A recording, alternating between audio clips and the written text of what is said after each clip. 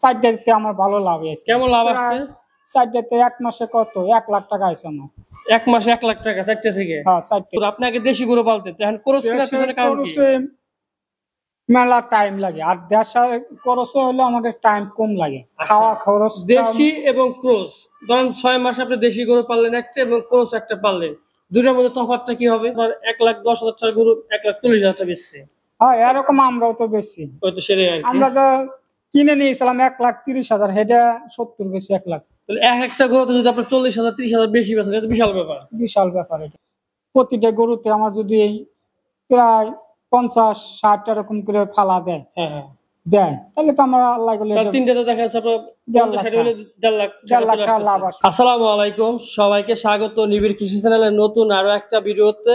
তো বেশ কয়েকদিন পর আমাদের সেই সেলিম ভাই, যিনি চাকরি ছেড়ে দিয়ে গরু লালন পালন করতেছেন পুরো দমে। তো কুরবানির আগে ভাইয়ের কাছে আসছিলাম, 4টা গরু ছিল, 1-1.5 মাস পাল ছিল। তো সেটা থেকে কি আমার লাভ হইলো, এবং আগামী কুরবানি না আসলে 6 মাস টার্গেট করে আরো 3টা গরু কিনছে। তো এই গরু 3টা দেখবো, এবং চাকরি ছেড়ে গরু পালতেছে, সব মিলে তিনি কি অবস্থায় আছেন। এবং আমি যেটা জানতে পারছি, উনি চাকরি ছেড়ে গরু পাইলে দেখা যাচ্ছে 3-4টা গরু যদি আবার 6 মাস করে পালে, উনি 2.5 থেকে 3 লাখ টাকা লাভ করার চিন্তা ভাবনা উনি করতেছেন। তো সেটা কিভাবে সম্ভব, এবং বর্তমান যে গরুগুলো আছে এগুলো খাবার দাবার কিভাবে কি করতেছে, গরুগুলা নির্বাচন কিভাবে করতেছে, সেটা জানার চেষ্টা করবো। এবং বিশেষ করে তিনি কোরস গরু পালতেছেন, আগে দেশি গরু পালতেন, তো এখন কোরস কেন পালতেছেন সেটাও একটু জানার চেষ্টা করবো। কথা না বাড়াই, ভাইয়ের সাথে পরিচয় হয় এবং বিস্তারিত জানার চেষ্টা করি। আশা করি পুরো ভিডিওটা জুড়ে থাকবেন, ইনশাআল্লাহ গরু পালন সম্পর্কে ভালো একটা ধারণা পাবেন। আসসালামু আলাইকুম। ওয়ালাইকুম সালাম। কি অবস্থা সেলিম ভাই? ভালো, আলহামদুলিল্লাহ ভালো।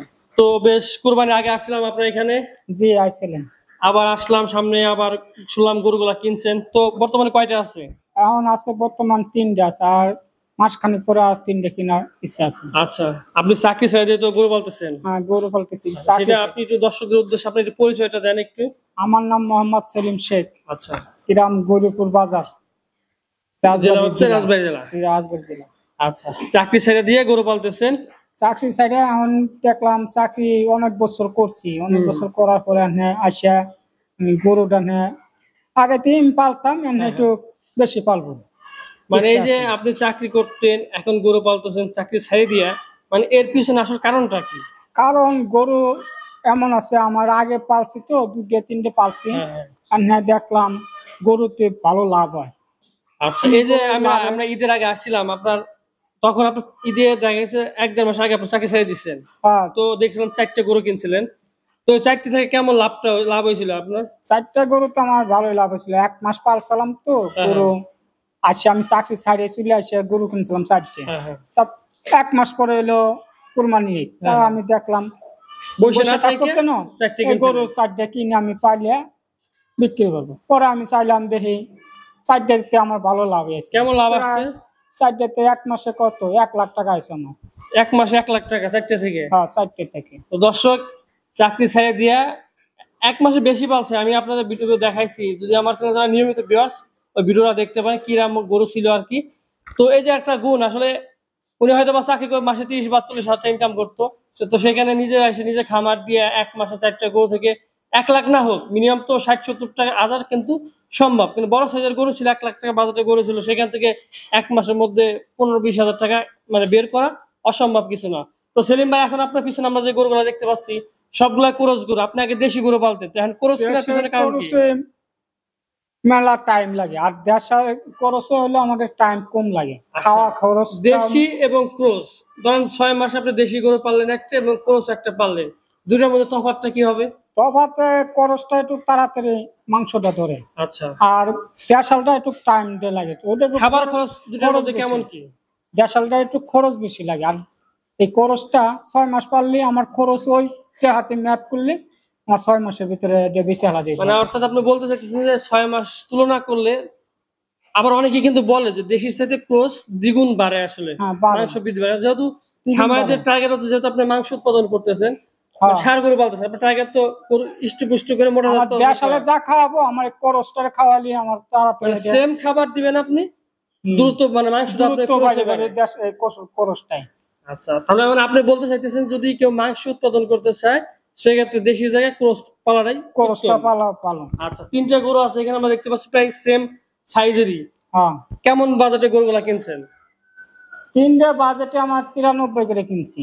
সব দর্শক আপনার 93 মানে এটা একটা 93 আছে, আর দুটো হলো এই জোড়া কিনছিলাম, ওই জোড়া হলো 1,87,000। আচ্ছা এই পাশে দুটো কি জোড়া কিনছেন? হ্যাঁ, এটা দুটো কিনছিলাম আচ্ছা দর্শক 1,87,000। প্রথম যে দুইটা দেখতে পাচ্ছেন এটা হচ্ছে 1,87,000 এবং লাস্টে ওইটা হচ্ছে 93। আচ্ছা গরুগুলা কেনা হয়েছে কতদিন ভাই? এই তো 1 মাস 10 দিন হইলো। 1 মাস 10 দিন। 10 দিন। তো গরুর বাজার বর্তমানে কি অবস্থা? আর হ্যাঁ, বাজারে তো এর ভিতরে আমি জানি ওই আপনি টাইমে গরুগুলা কিনছেন কি ঈদের পরেই? ঈদের এক বাজার পরেই।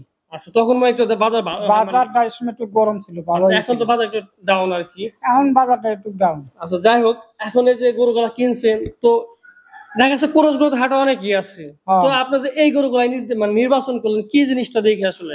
নির্বাচন আমার ইচ্ছে হলো দেখি দেশাল তো পালতেছি সেটা না, আপনি ক্রস কিনছেন, হাটে তো আরো ক্রস ছিল, এর মতো 22 কিনছেন আর কি।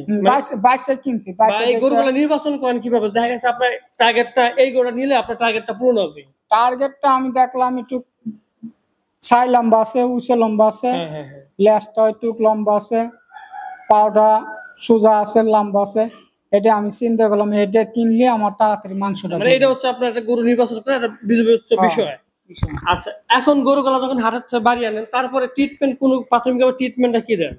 এটা আছে, প্রথমে কিমরির ওষুধটা খাওয়াই, কিমরির ওষুধ খাওয়াই, আর তারপরে লেবার টুনি খাওয়াই, এই কিনে খাওয়াটা, তারপরে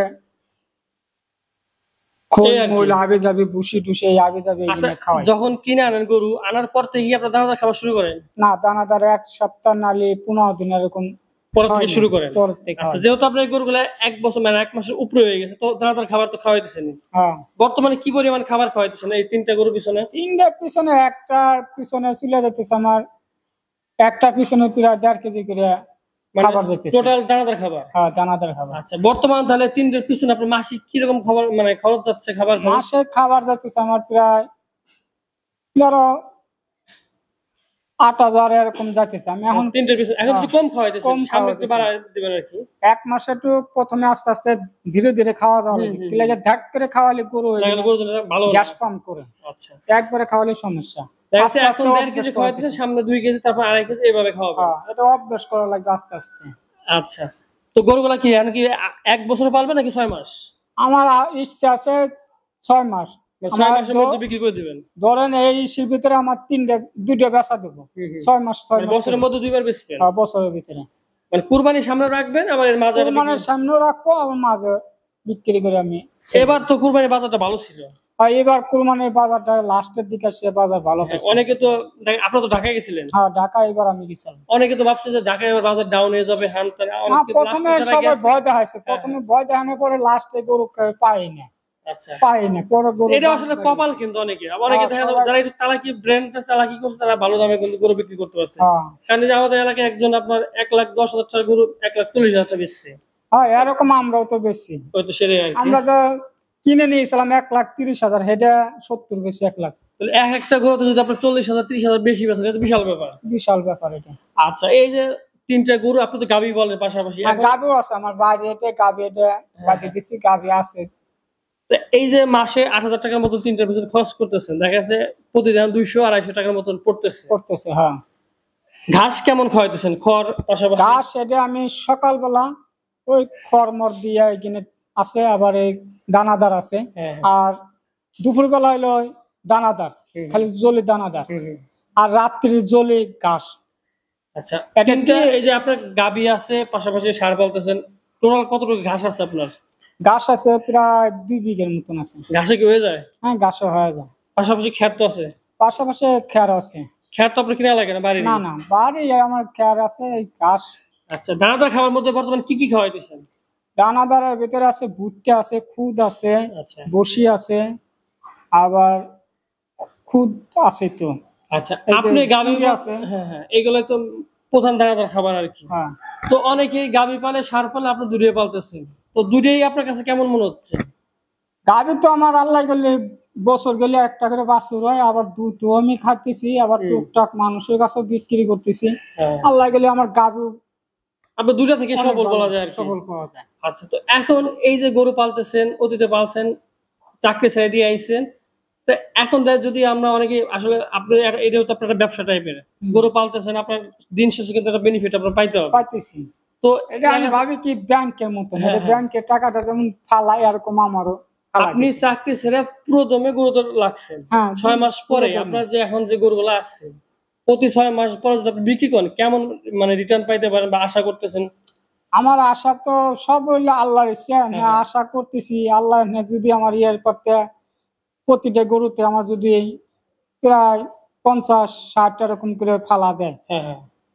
তাহলে তো আমার আল্লাহ বলে তাহলে তিনটাতে দেখা যাচ্ছে আপনার 1.5 50 লাখ 60 হলে 1.5 লাখ টাকা 1.5 লাখ চলে টাকা লাভ আসতেছে আসবে 6 মাসে। 6 মাসে। এই যে আপনার পাশে যে গরুটা 1,87,000 মানে দুইটা একসাথে কিনছেন, তো গরু কিনছি 87, 1,87,000 আর ওই আচ্ছা। কোনটা এক একটা গরু যদি 6 মাস পালেন কি পরিমাণ খাবার খরচ যাবে ওদের পিছনে? না, এটার পিছনে প্রায় কত করে যাবে 30। 30 এরকম, 30-35 এরকম করে একটা আচ্ছা, ভাগে যদি পড়বে। 90,000 টাকা গরু হয় 30-35 খাওয়ান 1,30,40 পড়ে যাবে, বা 1,30,000 যদি পড়ে যায় এই গরুর টার্গেট কেমন বিক্রির?